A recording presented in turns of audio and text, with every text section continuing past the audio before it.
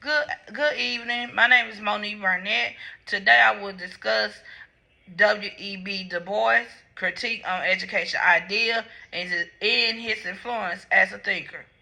Du Bois is an African American history provide profound insights into educational roles of society progress, particularly for African American during the late 19th and early 20th century. He emphasized the importance of higher education, intellectual rigor as a central tool for African American advancement. His famous advocated for the talent tent as a term he coined to describe the top 10% of African Americans who thought higher education would lead the grace to the greater achievement and equality. He also believed in an elite group equipped with the knowledge of leadership skills and will uplift the African American community. Booker T. Washington promoted vocational training and economic self-reliance and emphasized accommodation with gradual progress with confinement of segregation. However, Du Bois saw this approach for over submissive and insufficient for achievement of true equality.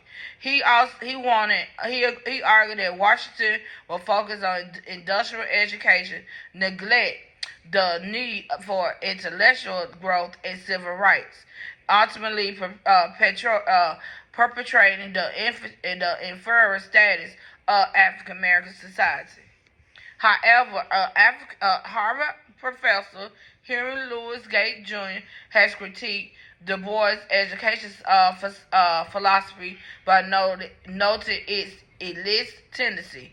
He argued that Du Bois' vision of the talent team was admirable, but it also created risks, divided African American community by prioritizing the education of select few over the broader needs of many.